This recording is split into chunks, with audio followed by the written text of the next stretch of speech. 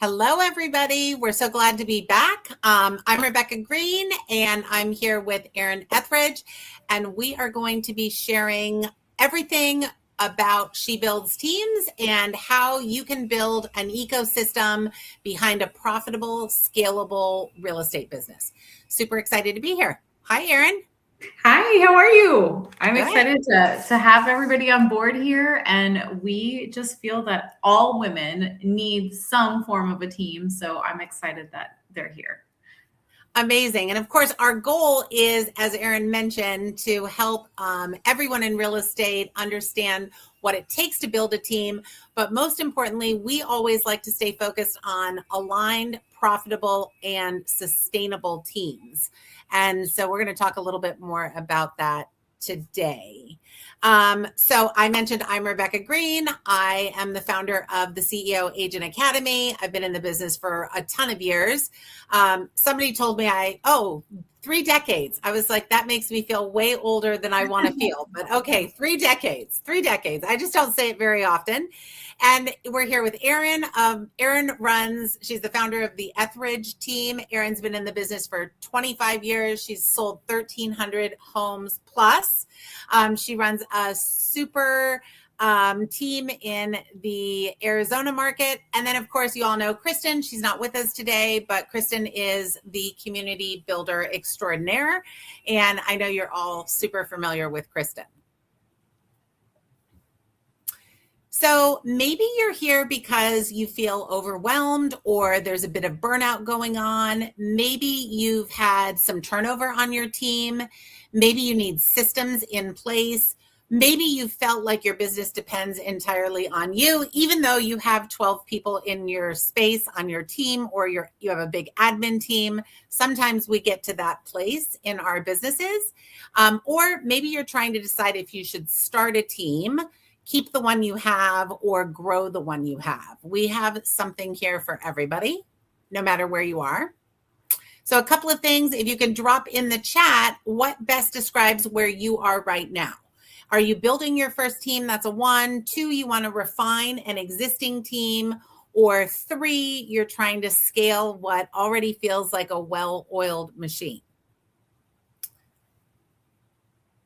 We'd also love to know where everyone is coming from today.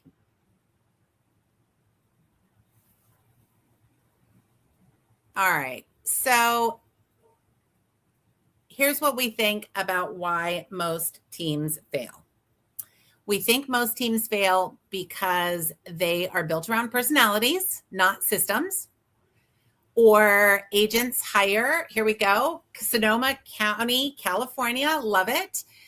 Agents hire too fast. Amy, while you're there, do you have a team or are you thinking about building a team? Agents often hire too fast. One of my favorites is, hey, Rebecca, I want to build a team. I really just think I need a person. And I'm like, well, a person, what do you mean? A person, I just need a body. So that leads us into a situation where expectations are never set. Therefore, they're probably never going to be met. Some teams fail because expenses are super high and profits are really low and people don't know to monitor those things. There's a lack of consistency, leadership direction, lack of brand cohesiveness, and a lack of a consistent experience or service. And so we're trying to take all of the pain that we felt through all of the iterations of our team and make it easier for you.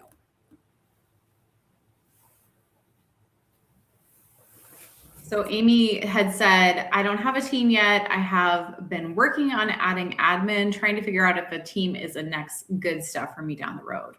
And we'll definitely, Amy, hit that along the way here. So thank you for that comment, because everybody starts with who do we hire? How do we get things set up? Which is exactly why we're here, because I started my team 7 years ago. And, I was a top producing agent. I was doing 16 million plus in personal production. I had a TC, but I didn't have anybody to go show property if I wasn't around. I didn't have anybody to work open houses like on my listings without posting it inside of our brokerage, right? I didn't have any kind of systems. And basically what happened is I had 5 friends decide to get into the business. And it's one of those things where 90%, we know that 90% of new agents fail inside the first 2 years. And I just felt really guilty and like responsible. So I'm like, okay, if I'm going to do this, I'm going to do it once a week. And now we're the Ethridge team. So I had 0 plans, 0 anything in what I was setting up. And that's exactly why we are here. Yeah, that's the pile of humans without the infrastructure. That's exactly right. We don't want that for you. So you should write down if you guys have anything that feels disconnected in your business, if there is any identifiable misalignment that you're feeling. But then also, what are some things that you feel that you need the most help with in order to build a successful team? Because the truth is, you probably already have a very good idea of who you might want to hire. You might need some more systems or some more answers around what that looks like in job descriptions and things, which we're going to get into. Okay, so we talk a lot about an ecosystem, and we're really here to talk to you about building that. So that, when we talk about ecosystem, what we mean is you're aligning your vision with your systems, your operations, your agent support, the leadership structure, the leadership and the structure, the people and the culture. It's really an all-encompassing ecosystem. And when you're able to do that, that's where we believe longevity in that team happens. And so we're going to be touching on all of the different parts of the ecosystem, starting with our 8-pillar framework. And these are the pillars, which ironically, Erin and I went away, Kristen, Erin, and I kind of went away to decide what the core pillars of team building look like. We all came to the same conclusion. While we might have named the pillars differently, we came to a place where we were in such alignment on this. You have to absolutely address and figure out your vision and the structure for your team. Pillar 2 is your team roles and responsibilities. Having that ironed out is so invaluable. Your contracts and compensation, systems and SOPs, and then marketing and branding, training and onboarding, culture, leadership, and retention, and then growth and ancillary services is another one. Because the first and foremost, everything starts with your vision and what you ultimately see for your life and what is important to you. For me, I wanted some more of my time back so that I can vacation with my family 12 to 14 weeks a year. I didn't necessarily needed to make more money. I needed to be profitable, but I formed the team to get my time back, right? So this is kind of where we start talking about what you ultimately want to have, because you have to end up deciding of what kind of agent you're going to speak to. Are you speaking to new agents? Are you speaking to seasoned agents?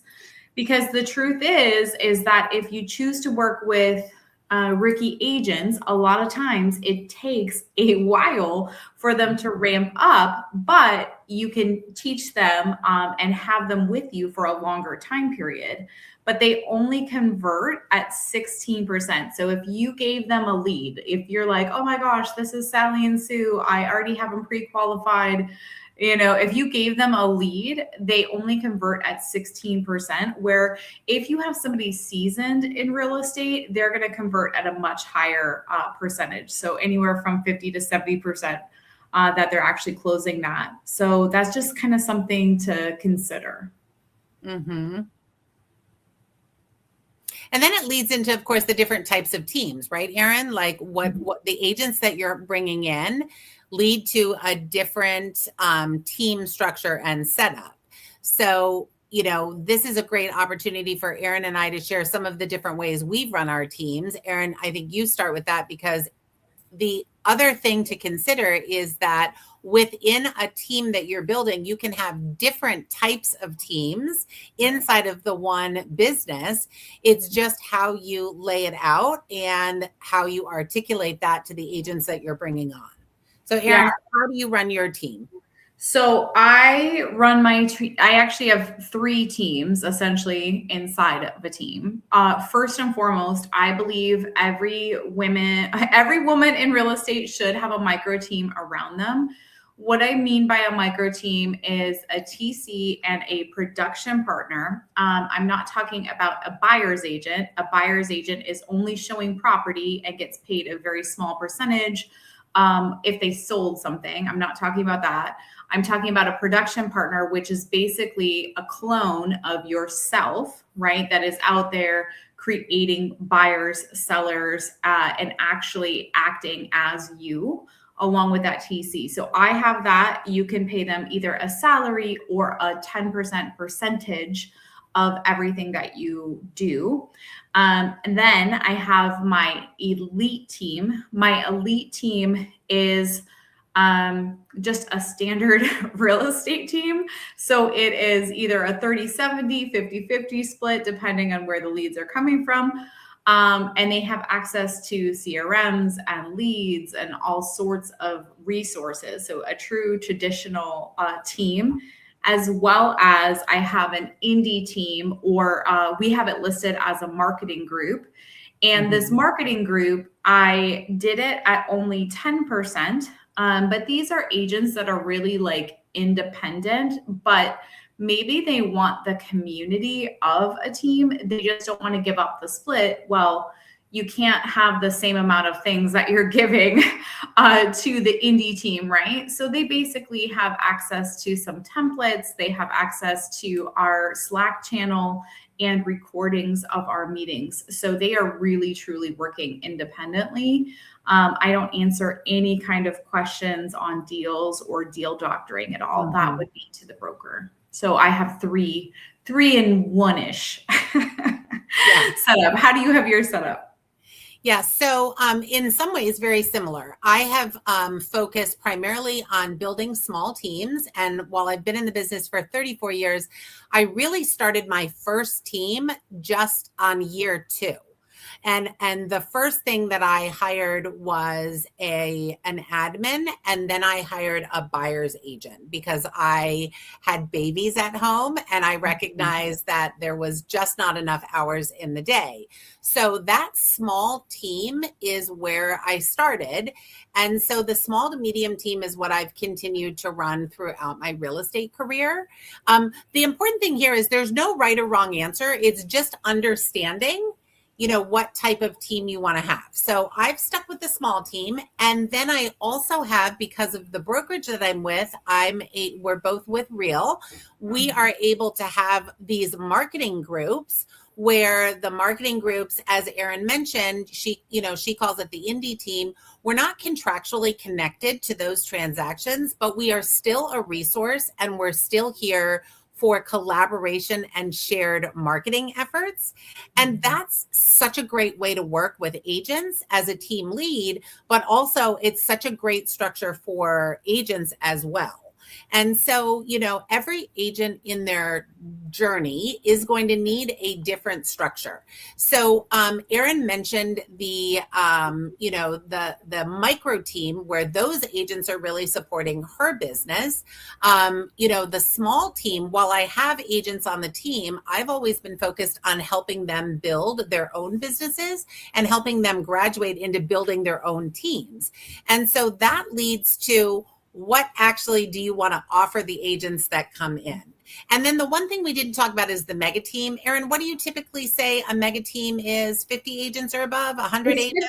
Yeah, it's 50 agents or more. And I've had a super big mega team I've had from 5 people up to 40 some agents like it. And currently I sit at about 12, 13 agents. So it's probably more of a mid-size team right now. Yeah.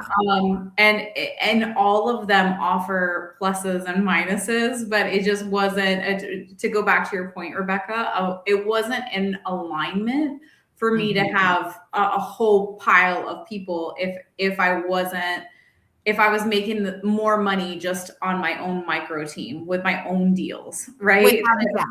Yes. Without a doubt. Those are some of the mistakes that like we're here to help you not make, because we often think that production equals profit. Right. Or people doing more production means more money, and it can mean the exact opposite. Yeah, because you definitely have, your profit is not what's left over, it's what you plan for.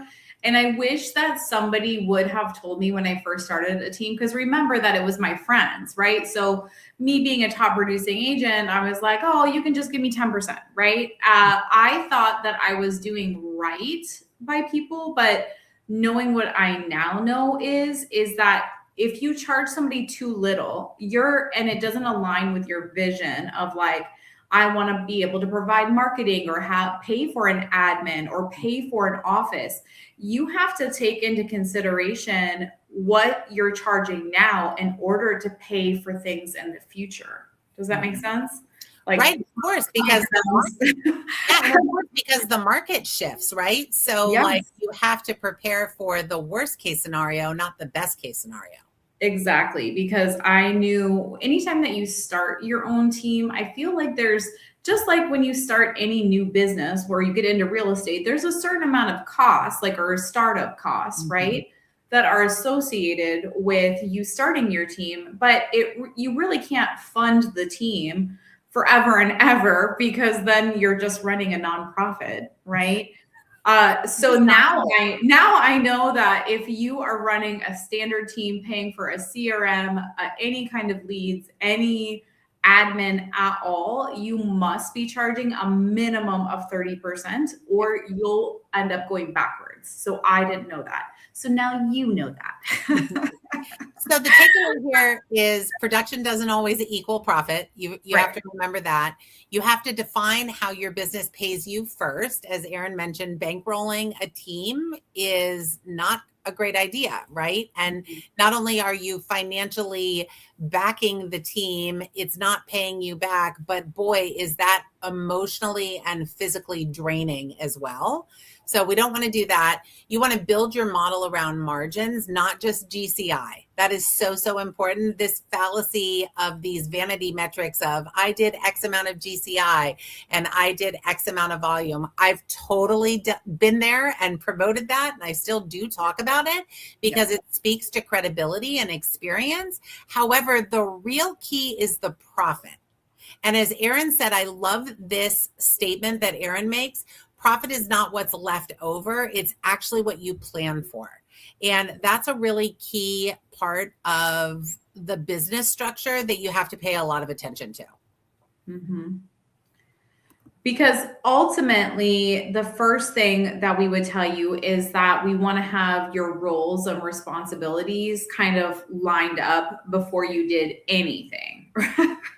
And what I mean by that is if you choose to hire an agent or if you choose to hire an admin, if they don't have a very clear picture of what their expectations are and how do they know that they're winning, then it will start to kind of fall apart, right?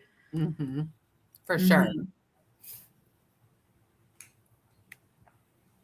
So define functions before people, have clear job descriptions, measurable outcomes. What I mean by that too is if you hire an admin at $50,000 a year, that means that admin must contribute. You always want to have them contribute or earn $150,000. It's always 3 times whatever that salary is what they should be ultimately bringing in to the company. And sometimes that's really hard to understand from an admin standpoint.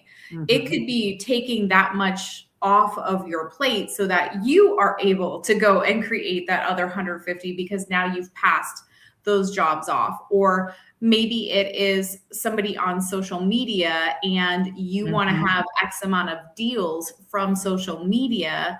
in order to earn 3 times whatever that social media manager is making. Does that make sense? Erin, that metric that you just talked about, when you have a salary that's X, you need to be able to make Y. Is that something that somebody told you right up front? Is that something that you had to learn the hard way? Yeah, that is firstly the hard way, because I basically funded my team. I was 3 years into the business before I don't know why it didn't dawn on me to have like a bookkeeper and a CPA for my business. So dumb, but I didn't, right? And so essentially, when he was going over my quarterly numbers, he's like, "Hey, Erin, like, I don't mean to step on your toes, but like, I just gotta ask, do you like running a nonprofit?" I'm like, "What? Excuse moi? Like, what do you mean? We sold 100 million. Like, what are you talking about?" And he's like, "Well, if we go back to all of the numbers, you made the money along with you and your production partner, and then you paid for the team, the team's admin, the team's social media, all of the buyer and seller packets, all of the team events. But essentially, the team did not make the money that you contributed, essentially, right?" And so I just learned a very, very expensive lesson. And again, you guys, I'm 7 years into this, so I didn't learn that until last year. Yeah. On the 3 times the salary. So from me to you, if you hire anyone, they need to be bringing in 3 times whatever you're paying them. Yeah. And that is so valuable, and definitely nothing that anyone talked to me about in all of my different team iterations at all. You touched on something as well. Leads often are the business, and leads are often commingling what they should be taking home with the team. And when we liken that to like any other business, that's not the way another business would work. And so it's very important to understand that going into it and be able to separate those buckets of money, so to say. Totally. Yeah. Totally. Yeah. Because I do buy leads for my elite team, but I have to also remember they're not going to convert at the same level that I would convert it at, as well as I, as a team leader, have made the conscious decision to teach people how to fish. I'd rather teach them how to work their database and their SOI so that it can be a very long-term thing for them, versus just buying leads and then somebody becomes very dependent on the team, which sounds good in theory, but then it's kind of weird. It's not at all. And I'm 1000% behind you on that. And I've actually had team members join my team who came off of. So for anyone out here listening and are thinking about joining a team, there's valuable information here for you too. So to Erin's point about buying leads, delivering leads to the team, and that being a part of the business model versus showing an agent how to build a business that is a long-term scalable business, they're very different things. And I've actually had team members join me that have come out of a team situation where they have been in the business for 7 years. They've done a fair number of deals, but all of those deals were handed to them by the team lead through paid ads, generally paid ads. When they decided to leave the team, all of those leads were still the team lead's contacts. So 7 years into the business, these agents didn't actually have a business of their own. Right. And so that's where, and that's where for me, I'm happy to pay for leads as long as my team is calling them and they're being worked properly and converted properly. Right. But it's not saying that it's the end all be all, because what I found is that agents were going to be like so happy that we had leads coming in.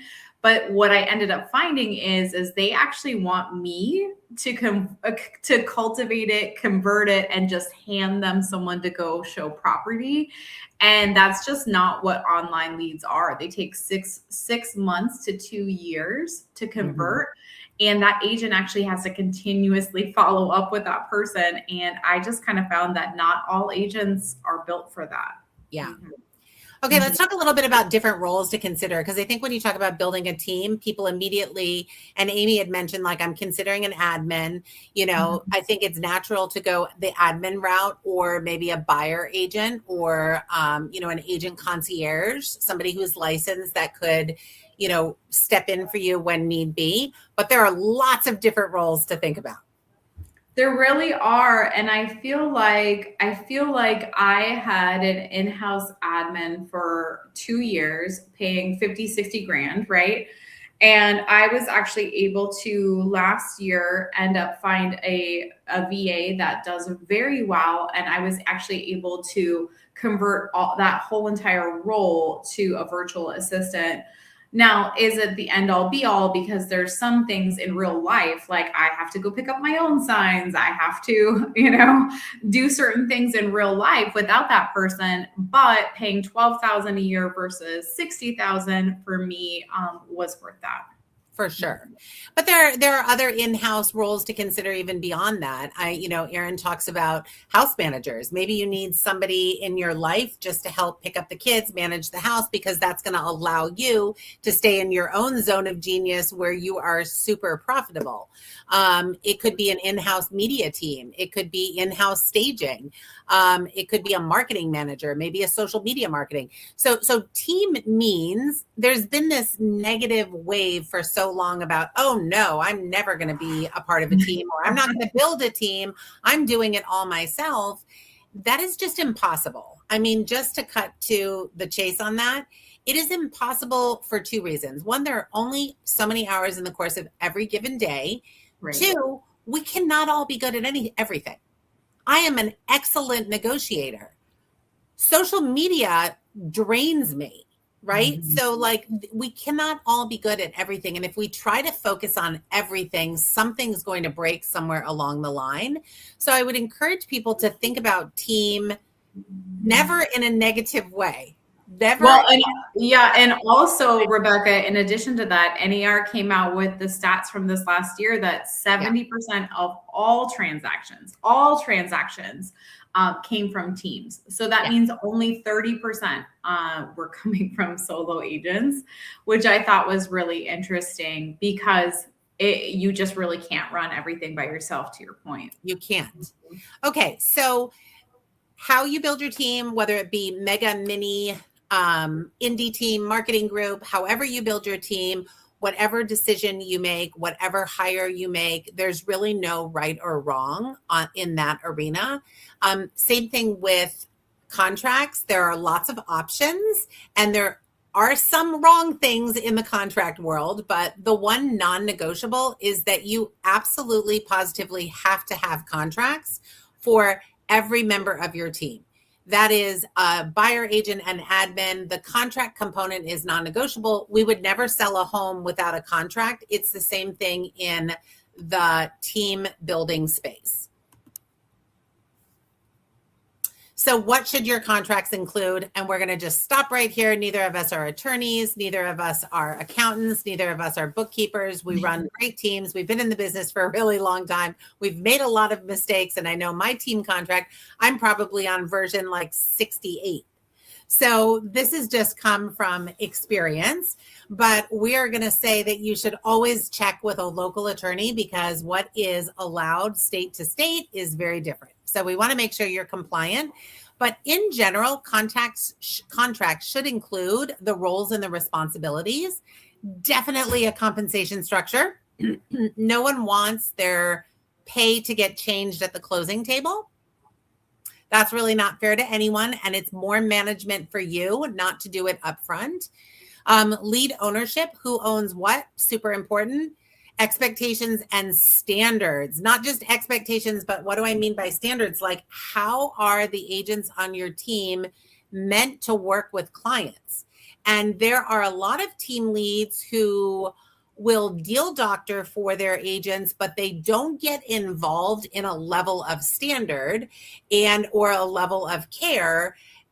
And somewhere along the line that breaks, right? That is because now you have, as the team lead, maybe you get awkward phone calls from another agent saying, hey, your team member did A, B, and C, and you're horrified. But at the end of the day, you probably never talked to them about why they shouldn't be doing that. So while it sounds overwhelming, it's not. We're going to help you with that. It's just really important to make sure you have that in your contract. You also want the accountability and the consequences.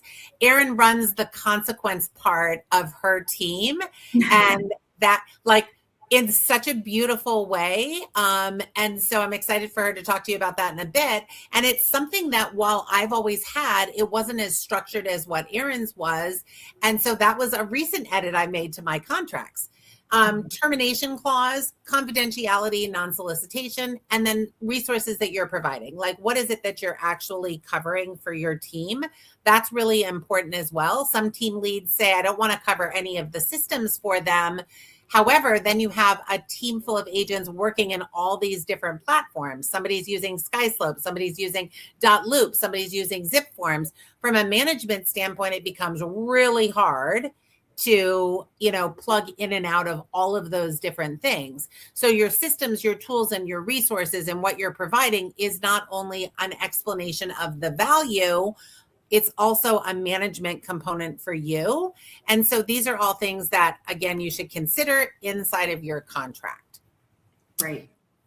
So compensation plans, again, there's no right split, except for it has to be profitable. I mean, that's the non-negotiable there. And as Erin mentioned, you cannot run a profitable team in most situations when they're at 10%. And there are a lot of 10% teams out there. You do get what you pay for. But I also want to kind of back that back in. So a healthy P&L, a healthy P&L means that it's between 20 and 22% profit, right? After all expenses are paid, that you are making between 20 and 22%. So if you're doing 30%, that you only have a little bit of money to spend. And that includes if you have a salary or anything like that. So even at the 30%, it's just super tight. And that's what team members might not always understand. But it isn't a nonprofit. You shouldn't be doing it for free. And splits should be built after you build the business plan. To Erin's point, like the healthy P&L, you've got to have that certain margin or the business just doesn't make sense. Right. And so that's your business planning process. You want to make sure you establish your splits based on that. You may also get to the point where you recognize in that business planning phase that having 20 agents at a 10% split is not going to get you there, but you could have 4 agents at a higher split, which inevitably is going to be lower on the expense standpoint. It's going to be lower on the time standpoint and make much more profit. And so, that is the bigger numbers don't always mean more money. And so your splits have to be built out after your business planning phase. You have to know your expenses and you have to know your value before choosing a structure. And then you want to treat yourself, we touched on this, you want to treat yourself like an agent on the team. You don't want all of your income to go back to the team. You need to be paid something. And as Erin mentioned, the best way to do it is really you get a salary for the team management, and then you're getting commission splits back to you, just like any other agent on the team is getting the commission splits.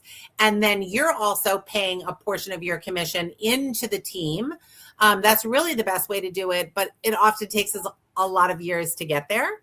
And then your production is your income, which I sort of just mentioned as well. You can't funnel everything back into the team because you're going to be burnt out and broke. Okay, systems and operations are really the backbone to freedom. We believe this so fully that you have to have systems in place, and you have to be in a position where if your business, where your business doesn't stop when you leave, right? You don't have a business if it completely shuts down when you step out. You have a job. And so the systems and the structure help fix this. And I will have to say, Erin, chime in here. Your team members expect you to have structure in place. That is one of the primary reasons I find agents are looking for teams. Right. Like for us, one of the best things that we set up right away was like an internal intranet. Just because Google Drive can be super messy. Same thing Dropbox wise. Like we wanted to have all scripts in a place. Mm-hmm. Here's the team calendar. Here's the team calendar. Here is if when you get a buyer, here's the checklist. Mm-hmm. When you get a seller, here's the checklist. We wanted to have everything in one place, and that's worked out really well, along with our Slack channel that people can interact with each other, and everything's just very well organized of like, hey, I'm looking for an open house, or this is a coming soon. It's all very well organized on there. Yeah, for sure. And it creates a culture. Right? It creates like a cultural element within your team when everyone is operating out of those same systems, right? Mm-hmm. It creates that consistency and that repetition.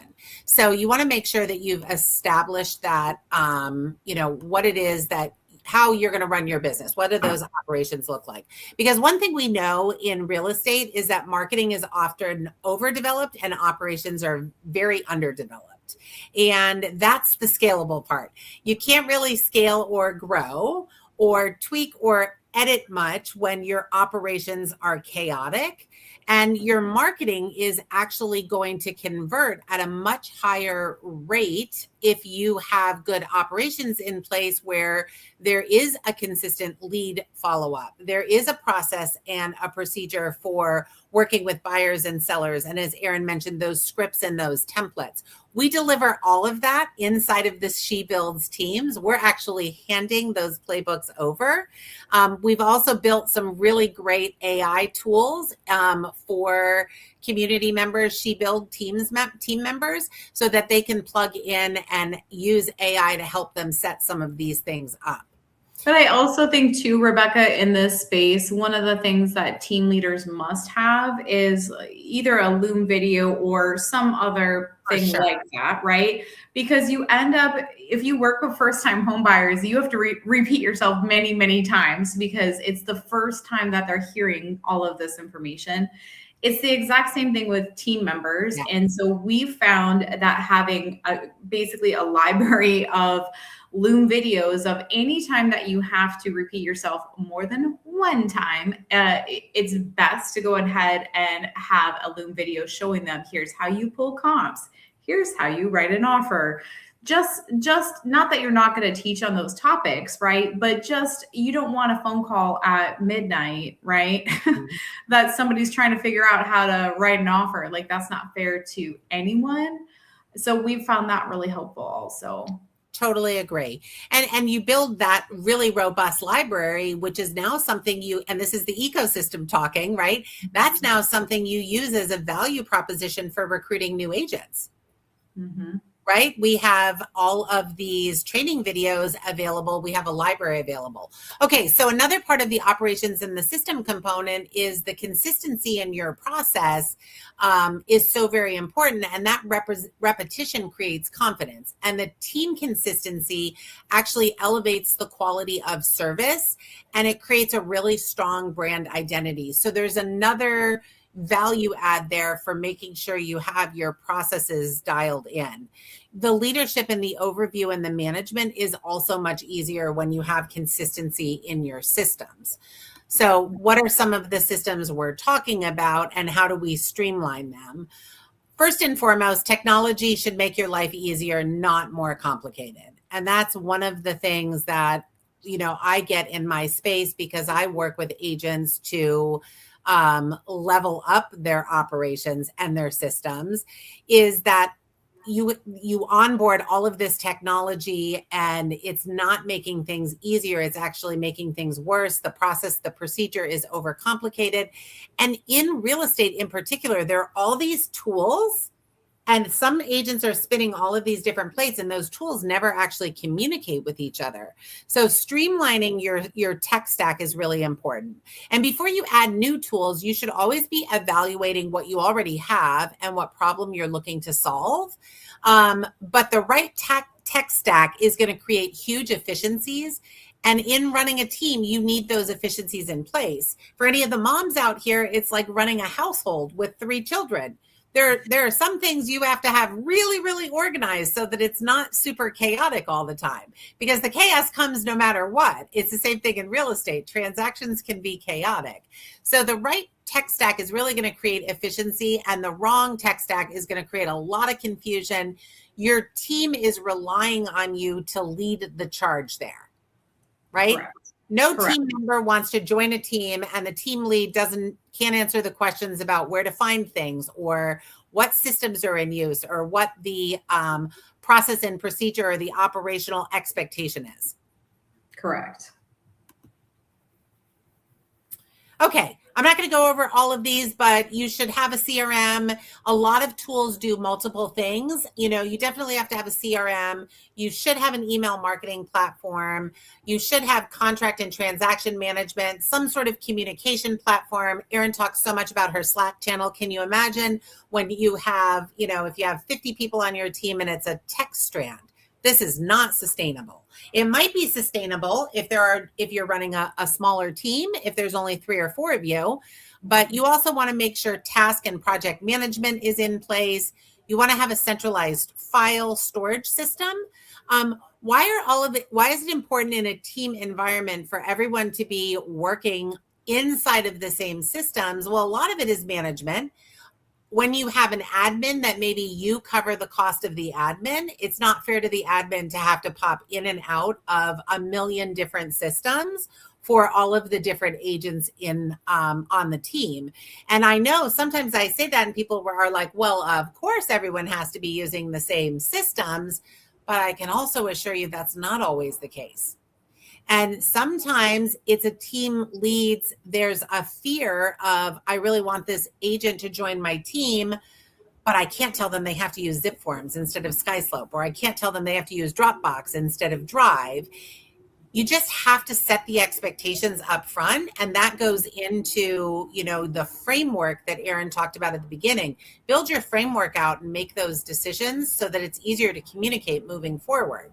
Accountability, performance tracking, listing marketing. What does that look like? Lead routing, appointment scheduling, recruiting, marketing creation, assets, Canva. That could be Canva. We have 12 things listed here. Many tools do 3, 4, or 5 of these all in one. So we're not suggesting that you onboard 12 different tools, but you should be thinking about how the tools you have run and manage the things that we have on this list. Correct.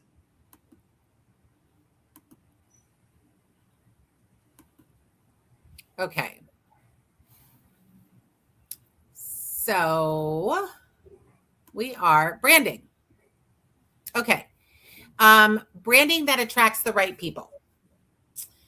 Branding can mean signs, it can mean logos, it can mean colors, it can mean fonts, but we're actually talking about it as a business decision.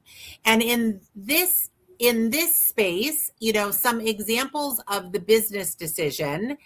Erin, let's talk about brand standards within the teams and how you and I have done a couple of things differently. Because for us, when we talk about branding as a business decision, we don't really mean the fonts and the colors. Yeah. We mean the representation of the team kind of in the public. Right. Like how you show up. Because I know that Rebecca and I differ on several things, but there's good reasons that we have on either side. It depends on where we both align, right? For instance, on my team, I allow the agent to brand themselves they can use whatever email they want to. I don't make them use a team email.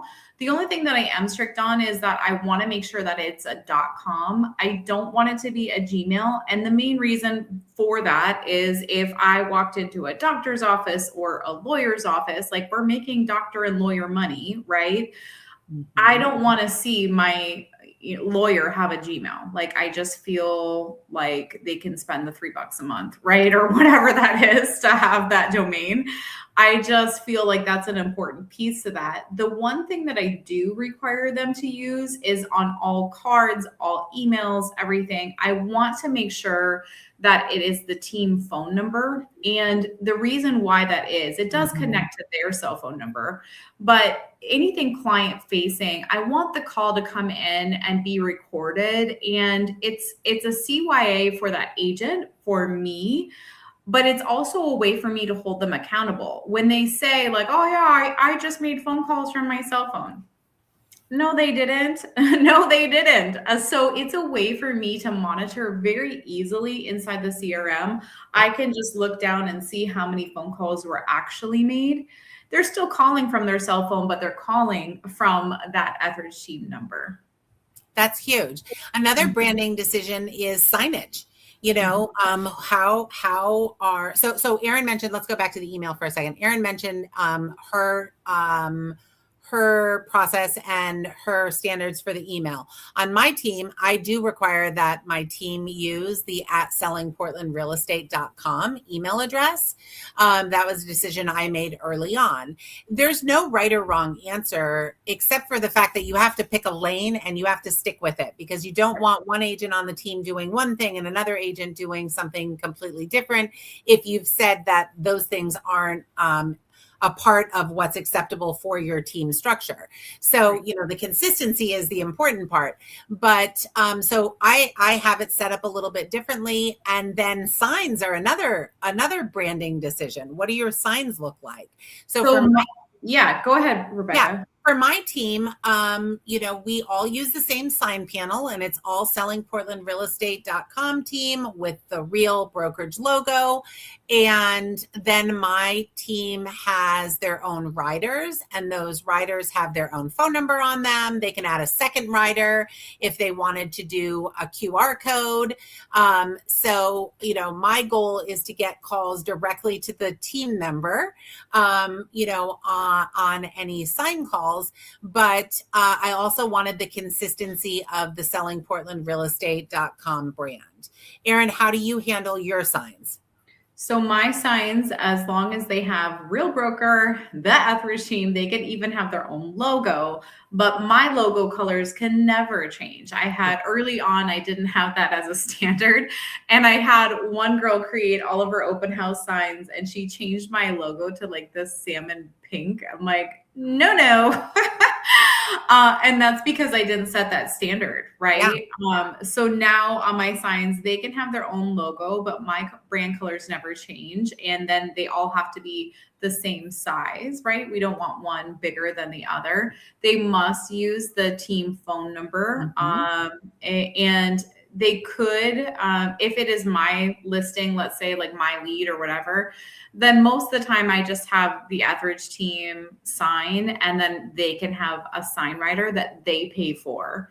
I don't pay for the sign writer. If they want their name on that, if it is my lead, then most of them are very happy to go create that, Which leads us right into, Erin mentioned, like, I don't pay for the riders. I do pay for the riders because I also require the signs. I also pay for the signs. And when we talk about branding as a business decision, those are the things that we are talking about, because the branding decisions that you make actually flow into your operations. They flow into your commission plans. They flow into expenses and recruiting and retention. They actually flow into your value proposition, and they should flow into your contracts as well. So for example, in my contracts, I do state that we're providing the signs, and we're providing the riders, and we're providing X amount of open house signs. But I will also say that I charge an onboarding fee when I hire a new agent. And so the cost of that is something that really is covered by that onboarding fee. So the branding decisions, you can see how when I decided to do that, I had to have the conversation with myself of, where does that come into play from an expense standpoint? Right. And so again, it's not just colors and logos. It's really a much bigger picture. Right. And then Erin, I'm gonna let you talk about this because you know, this is something, how you decide you want your team to show up in the market. You mentioned that, earlier on. So what are your thoughts on that? Yeah, so this one, I wish I would have spent a little bit more time on this because remember, I just had these 5 friends join me and I had started Googling of, what people respect or what people felt the most comfortable with. And I was kind of thinking more of like lawyers, it's like Johnson and Johnson and like Thomas and Thomas kind of a thing. And at that time, it was more based off of family names that people felt like it was maybe smaller or well managed, right? Mm-hmm. Instead of something like, the one team or the, whatever, because not all agents are going to love that my last name is associated with theirs, or like, oh, I'm on the Ethridge team, right? So again, it depends on what you ultimately want. But if I could go back in time, because I was thinking like resale wise, or even if I wanted to step all the way out of production, when you have the Ethridge team, and let's say I wanted to have another team leader come in and then they have to continue that name and that branding, right? It just doesn't align necessarily. So I wish I would have spent some more time on that. Is that how you decided on the Selling Portland Real Estate? Yeah. So the Selling Portland Real Estate team was a conscious decision, as Erin had mentioned. Like, I was thinking maybe people didn't want to work for the Rebecca Green team or Rebecca Green and Co. My business was very much so built in helping agents to learn the business, grow their business, scale the business, and maybe even exit the business. And so with that framework in mind for what I was coaching and teaching agents, I was thinking about it very much so for myself too. And being able to exit, as Erin just mentioned, what if I don't want to sell anymore and I want to move into a different space? Being able to exit with the sellingportlandrealestate.com team, it allows anyone to step in and take that team anywhere they would want it to go. So you have to think those things through. And listen, no one really was talking about this when Erin and I were building teams. This is not a space that people were. In fact, many brokerages, even today, many brokerages are very anti-team, which is absurd to both of us. But, so the conversation wasn't out there. And so, think about branding beyond, again, colors, fonts, logos. How do you want it to show up? Lots of people have gone with like a name similar to the Ethridge team, and they are some of the biggest teams and super profitable all across the country. So there is no right or wrong to that. Just spend a bit of time thinking about it. Right. So the attracting to standards and vision, it still comes back to, again, what do you want to see? Because I feel like for me, and I feel like maybe it's just like pipe dreaming, I don't know. For me, I really love working with other top producing agents, but you have to start with, it's kind of, there's a couple different coaches in the industry that will say of like, well, you have to have the Army or the Navy before you can have the Navy SEALs, right? Where you have to have a bigger group and then you kind of can narrow that down a little bit. But then it's also kind of deciding who you want to work with, because if you're working with mainly all new agents and then you get two producing agents that are doing 10 million or more, well, they don't necessarily want to help or work with these brand new agents, which I got it. That's not their job. That's my job, right? but it's kind of like donkeys don't want to associate with horses, right? Mm-hmm. And before, I would really say that when you're setting your standards and your vision, the reason why people leave teams is because they kind of run out of runway, right? Mm-hmm. A lot of times, or they don't see an opportunity to where they can make more money or make more choices on their own. So some people will have kind of more of like, what's that called? Like a tier level of like, hey, if you sell 25 homes a year or more, you have a different split. And it goes on from that. Or like for me, I can have a team trainer.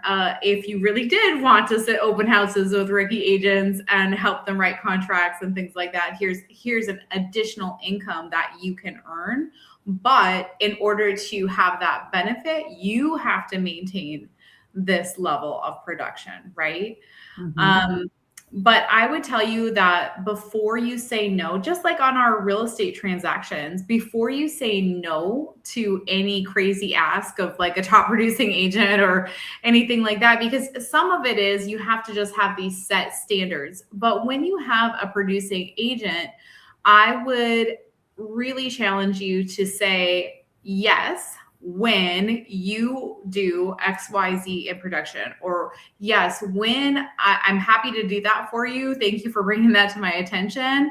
When you're able to get to XYZ, show up on time, do blah, blah, blah, I'm absolutely happy to take care of that marketing or get you a social media person or get you a showing partner. Does that make sense? Like you want to also encourage people to stay on your team for longer, especially if they're producing.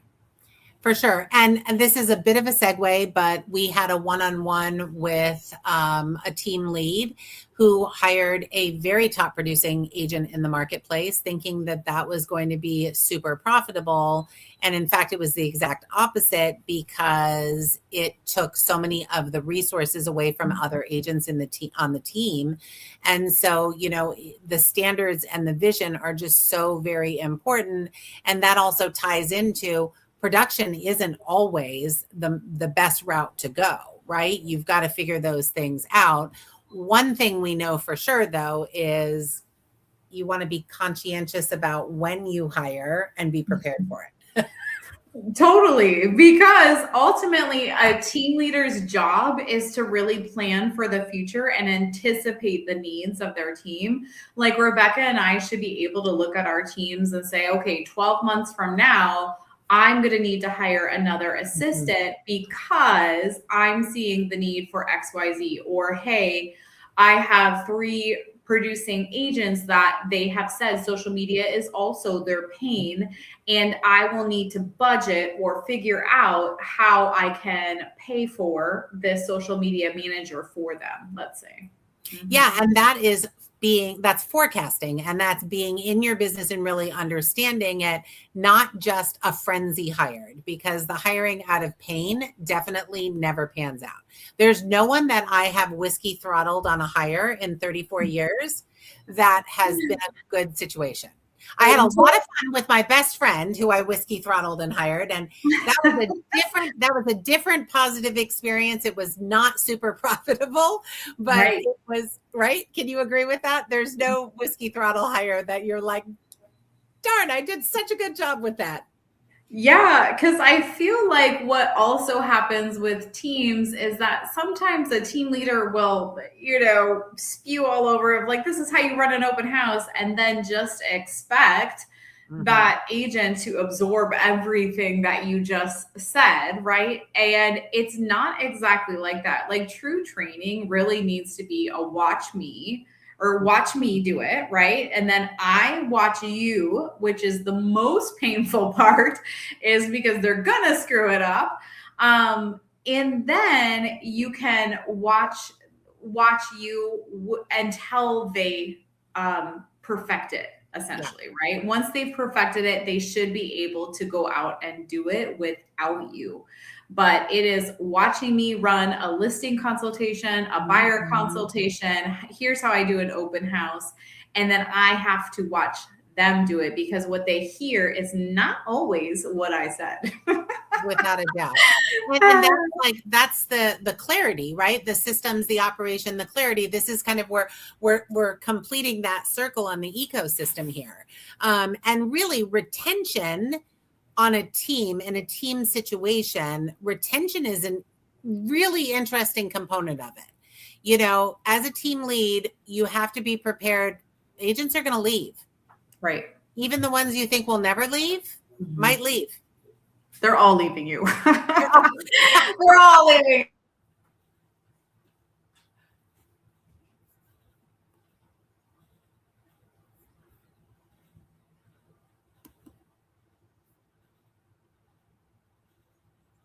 Is because team leaders are the ones that are bringing in new talent into the brokerages, in my opinion, from what I've seen. For sure. Right?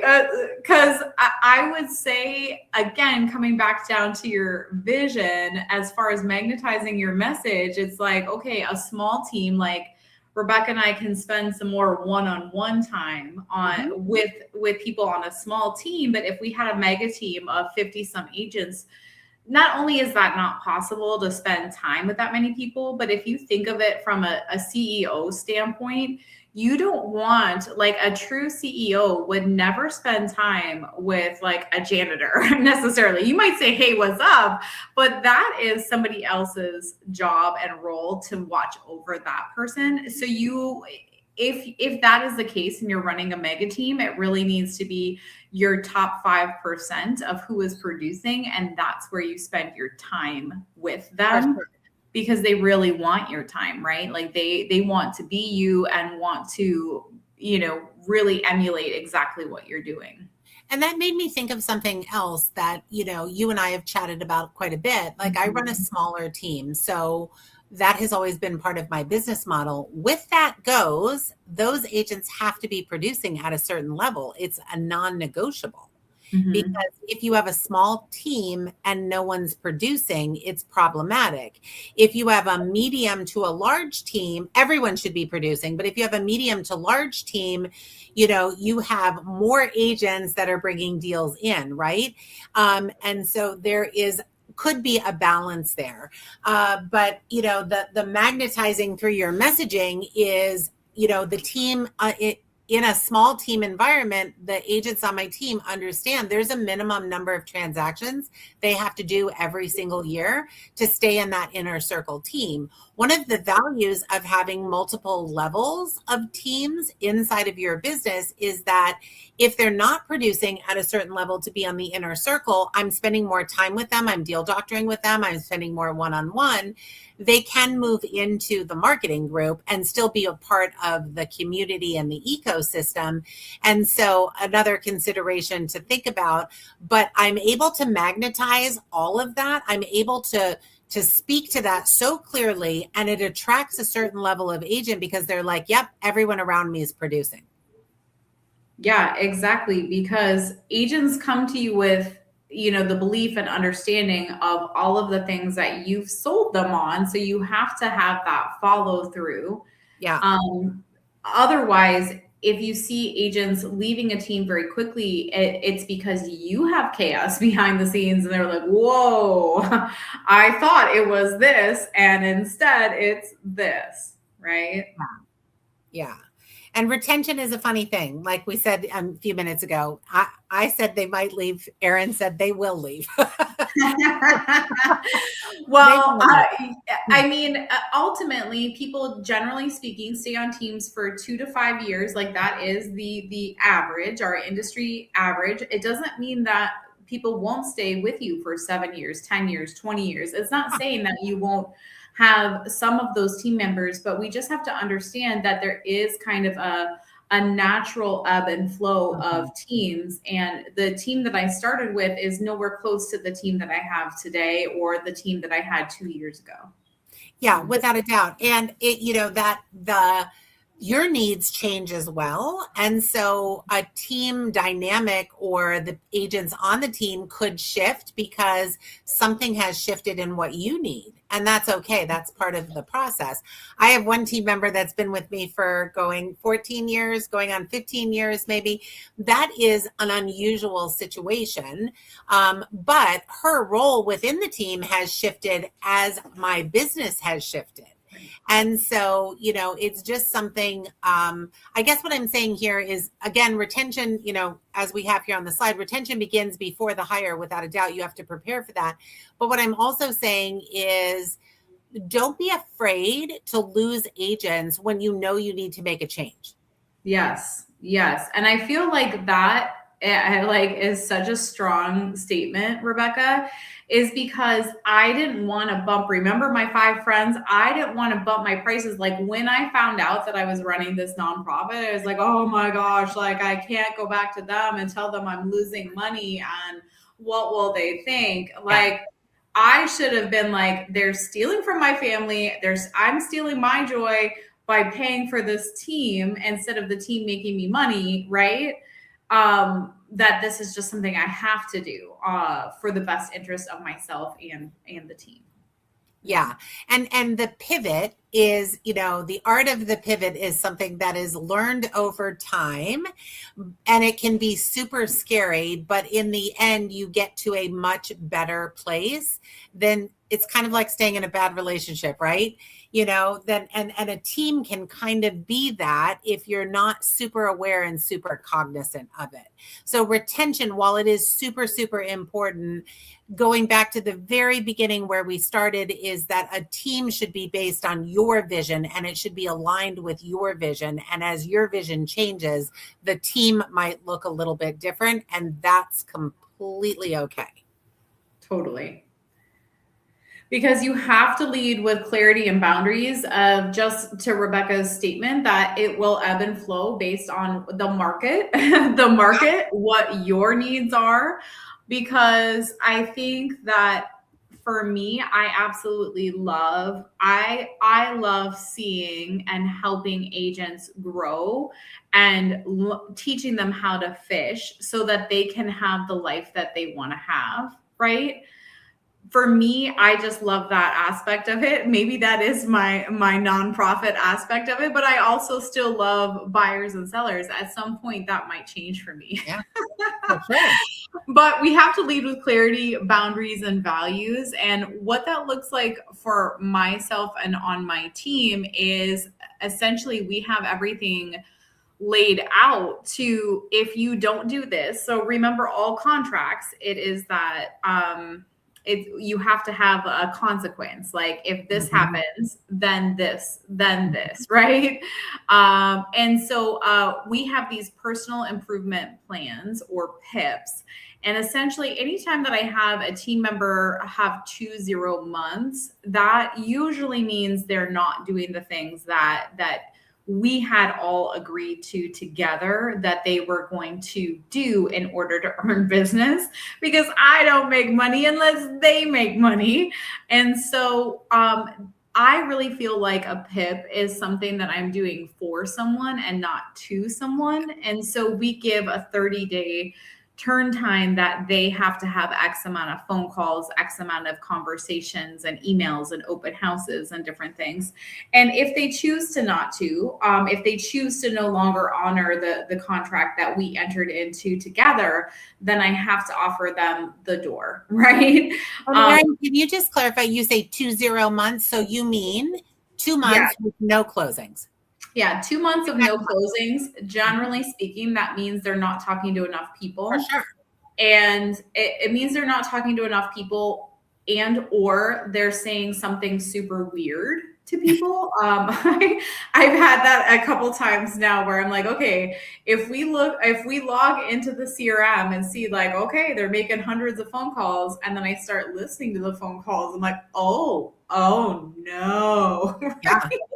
And that again comes back to that coaching of watch me, and then I have to watch them or hear them so that I can help create where they're missing that boat, right? So we look at all of the stats before we put somebody on a PIP, but it's not fair for a top producing agent to see Joe Schmo hanging out for 6 months, not selling anything. Yeah. Like that doesn't motivate that top agent. They don't want to interact with that person that is not performing at the level that they said that we all agreed to, right? That my team is, or that's what I've decided my team is, right?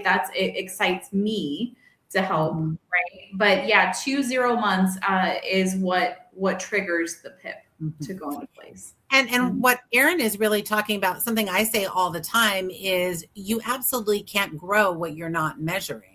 And so the accountability component, not only is Erin talking about the accountability for maintaining a certain level of engagement, a certain level of phone calls, she's also talking about monitoring those metrics as a team lead so she can dive in and help the agent with better conversion.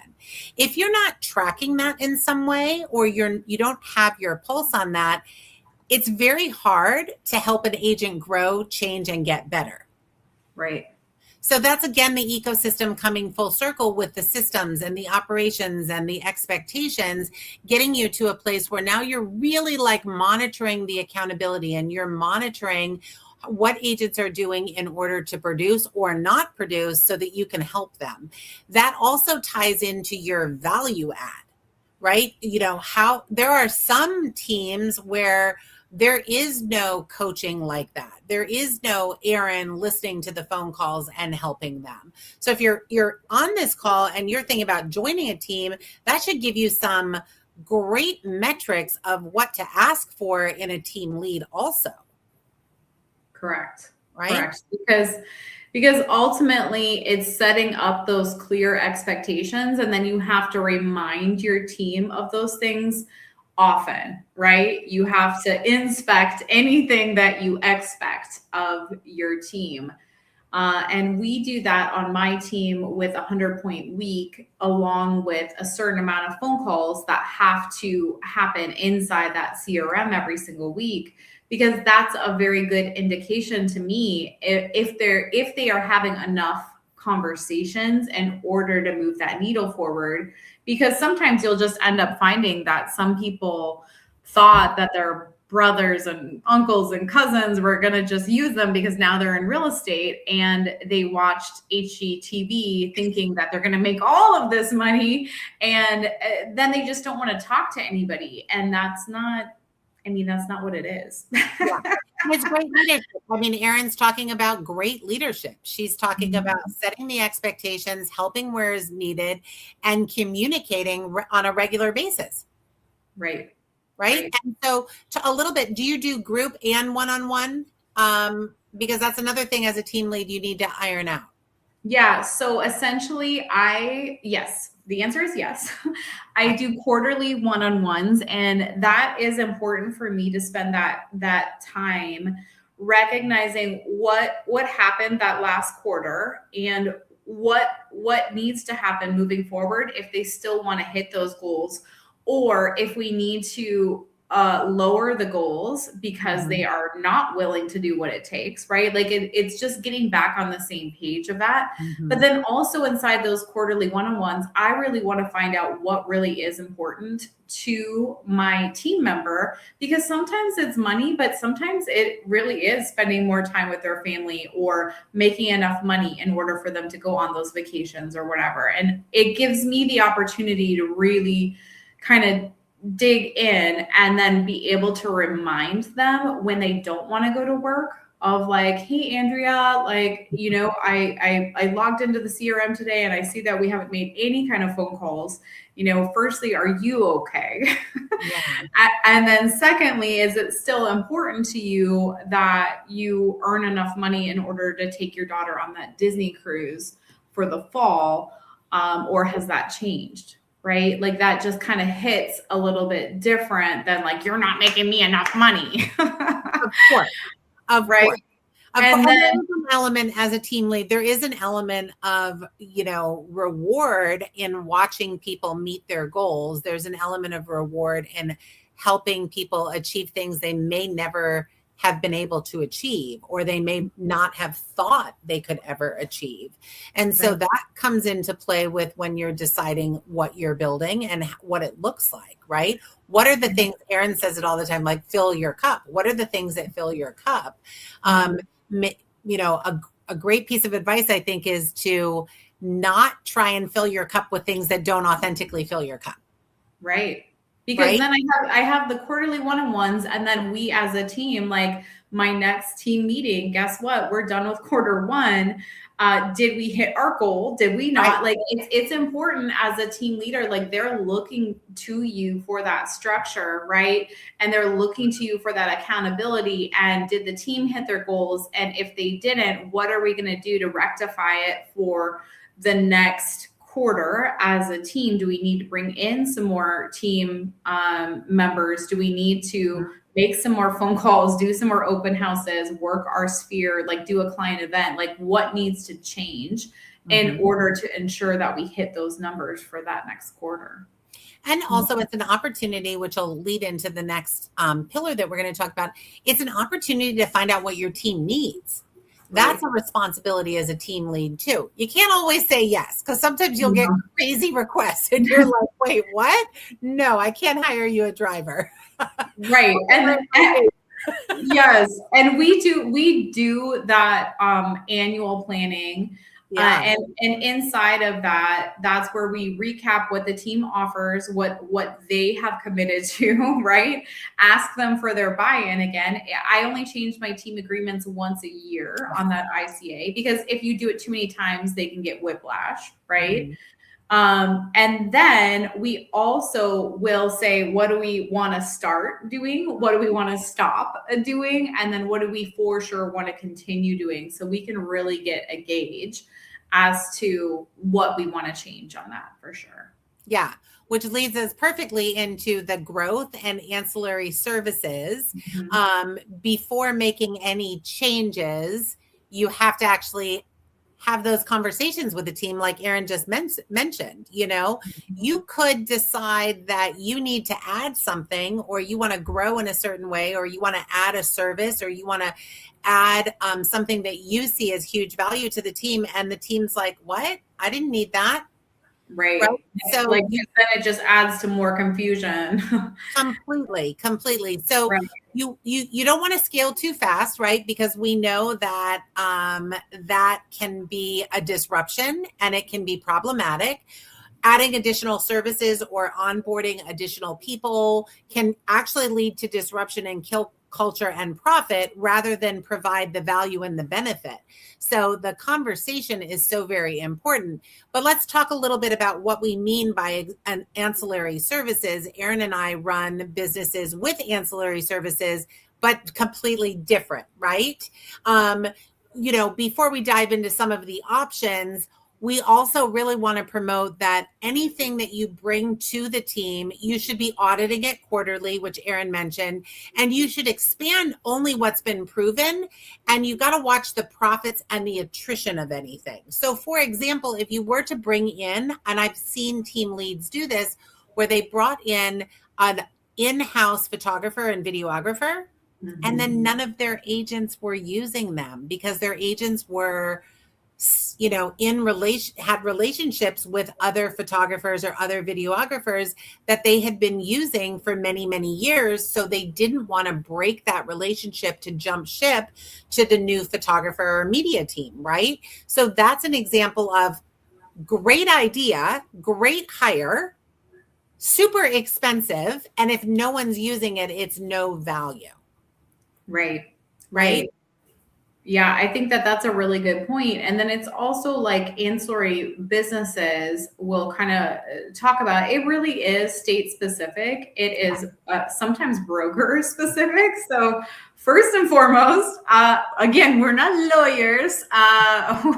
We want to comply 100% with RESPA and all of the things involved on that, right? So please make sure that you're compliant first and foremost on that. But let's dive into a couple different options. You a lot of times though, this is not immediate, right? Your team has to usually be at a certain level of production before other people would want to invest, or, sometimes, right? So Rebecca, why don't you kind of talk about what you have as far as ancillary businesses? Yeah. So 10 years ago, I started a staging business, an in-house staging business for my team. We stage every listing. We'll do vacant houses. We'll do empty houses. For a lot of years, I was doing the staging. I loved it. It was it was kind of a release for me. Not sustainable, right? Definitely not something that I could do long term. So we have a staging manager, we have a warehouse manager, we have a team that does, again, all staging for every single listing that we take. It's a huge value proposition and something that we talk a lot about when I'm recruiting agents for the inner circle. It's also hugely profitable. It was not hugely profitable at the beginning, but I've been running it over the course of 10 years. And so that business, we profit, it's $80,000 to $100,000 a year in profit. So it is a considerable chunk, but how much is that actually benefiting us in higher commissions? How much is that benefiting us in higher sales prices? Because still we're selling a lot of our homes above list price right now, even in this weird market. How much more does that actually make me in agent attraction? So there are some dollar amounts that you're never really going to be able to pinpoint, but I know without any of those things, we're making $80,000 to $100,000 a year. Yeah, and I think that that's incredible. And some of the other things that you could get into when your team is a certain production, and it's just because as a whole, some of these opportunities don't even appear to you until you're at a certain production level, right? And that is different services through title, services through a lender, as well as maybe like insurance, right? So I'm still looking into the insurance part of it. I haven't found an exact structure or anything that really makes sense for me to put my name on, or that I would feel excellent promoting, right? But for me, wait, Erin, hang. Can we back up just a second? When you say like mortgage and title and insurance as a team lead, can you just explain what you mean by that? Because even when I met you and we started talking about it, I was like, wait, you're doing what? This is not like allowed in my state. Like Arizona, you can do everything. In Oregon, you can do nothing, right? But explain what you mean by that, because I think a lot of agents are probably in the same space. Like, wait, my brokerage has an in-house mortgage person. My brokerage has in-house lending. So I think that what you've built inside of your team is first a testament to how strong your team is, but second, like so smart and something agents don't think about as an opportunity or a possibility.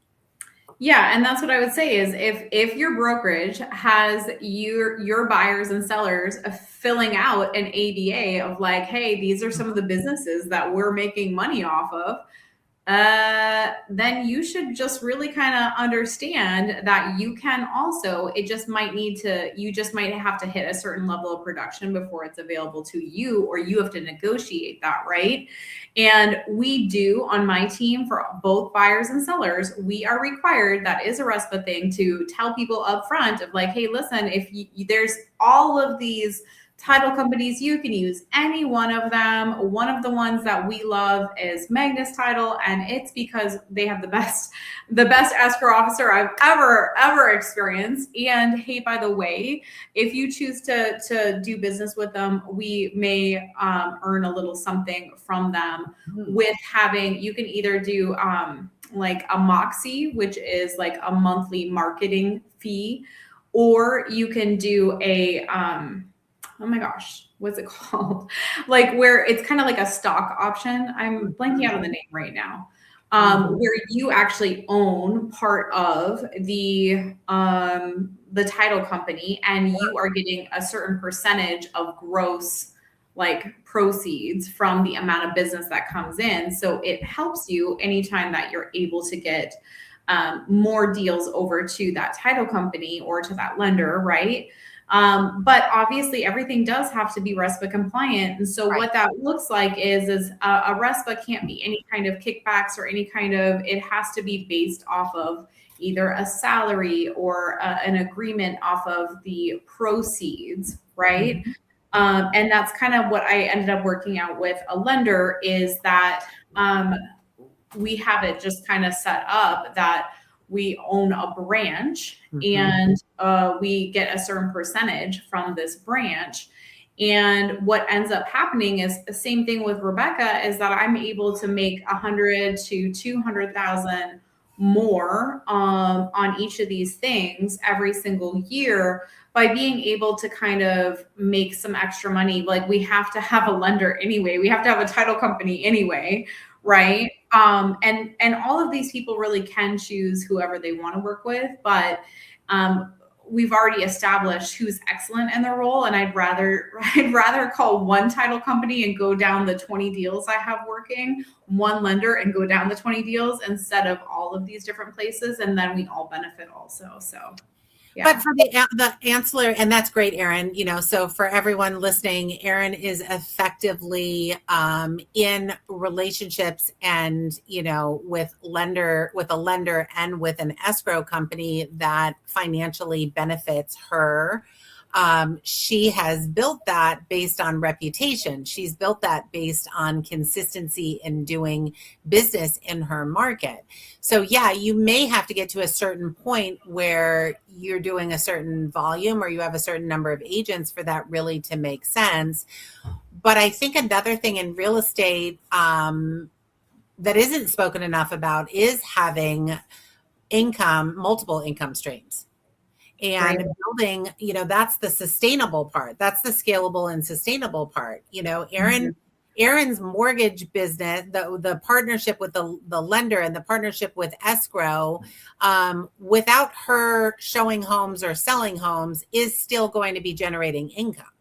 Correct. And that's something for the long term to really think about. Yeah. And what I also appreciate about that is that, like, if people ever leave my team, because that does happen, right? And they could continue to use my title person or my lender that I introduced them to, then guess what? I am still making money off that person, even though they left the team, just kind of in a roundabout way, right? So smart. Okay, we have 4 minutes, so we're going to cover this quickly. We talked to you about the 8 pillars of business that we really believe in. I'm not going to go over those again. If anyone's here and they can drop in the chat, like, what are some of the pillars or key takeaways that they need to work on or that they've nailed, you can always reach out to us afterwards with questions, and we'll come back to try and help you out with that. But we know we covered a lot of ground, and hopefully everyone at whatever stage they're at is able to walk away with a couple of new bits of information to tuck away. So tools, we have 4 great resources for you for showing up today that we're super excited about. We always want to deliver actionable items. And, right here today, you're going to have access to a business plan workbook. This business plan is a step-by-step guide that walks you through your structure, your profit, your purpose. It is fillable. It is online. You can share it with your team. It's really comprehensive in the sense that it's not just about transactions. It's very much so trying to help you get into alignment and helping your team members identify, or for you to identify, some of the gaps in your business and some of the places where you need to spend a little bit more time maybe in learning or leveraging.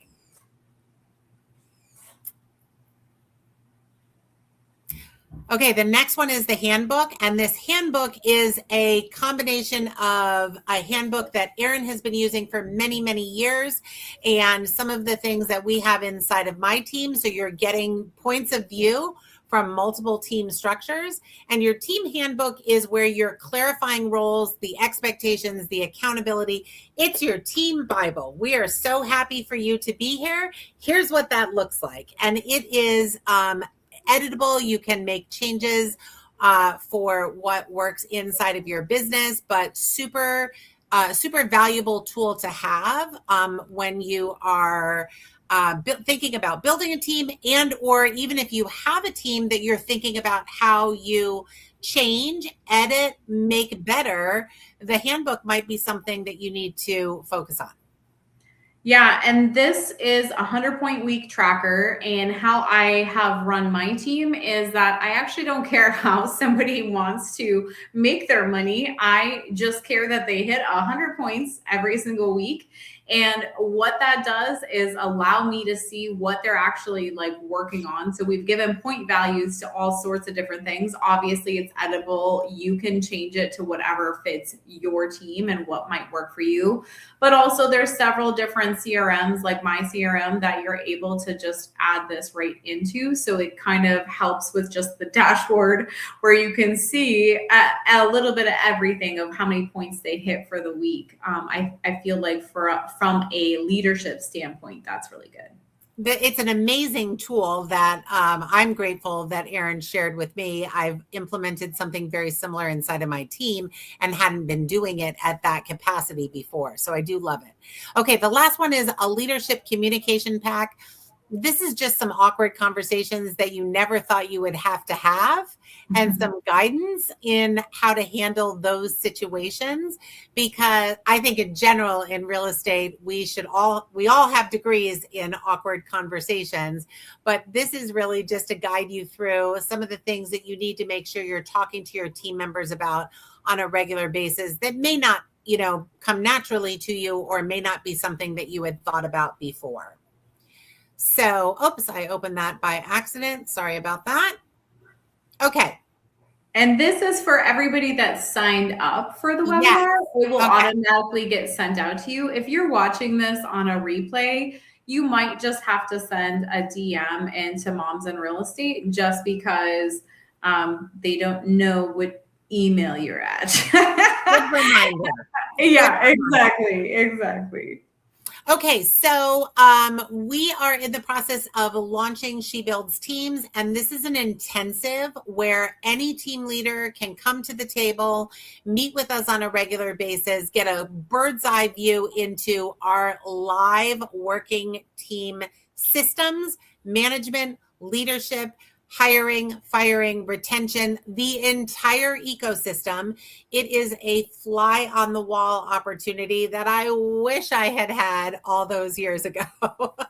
So I didn't gain as many gray hairs and wrinkles from all of the different team iterations. But inside of that intensive, we're working with their live sessions. We're working with agents to help them complete team structures. We're spitballing compensation plans. We're sharing compensation plans, not just Erin and I's, but we have an amazing group of guest coaches that are helping in the She Builds Teams intensive by delivering what they've been using.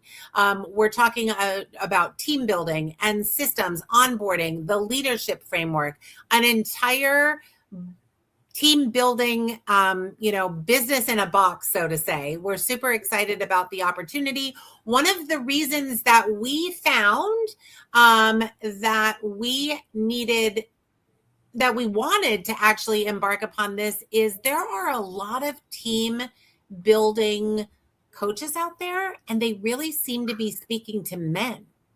And we love men, and that's all great, but it's a different language, and it is a different framework that we felt needed to be a gap that needed to be filled. Erin has attended so many of those. It was all guys. And how they run their teams is completely different than women do, because we feel for our people, and we also, I feel like are just a little bit more reasonable on expectations and execution, but I feel like we also need more women in leadership roles. And a lot of times I think it gets kind of put to the back burner because of kids or whatever other reasons, right? So we wanted to help women specifically. Yes. And so we're so glad that you are here. There's more information on shebuildsteams.com if you're interested. And of course, if you snap this QR code and join the wait list, we'll be sure to get you information on dates and information on in-person events that we're also going to be hosting, and then information on the entire course structure. So thank you for coming and sharing a little bit of your time. Thank you.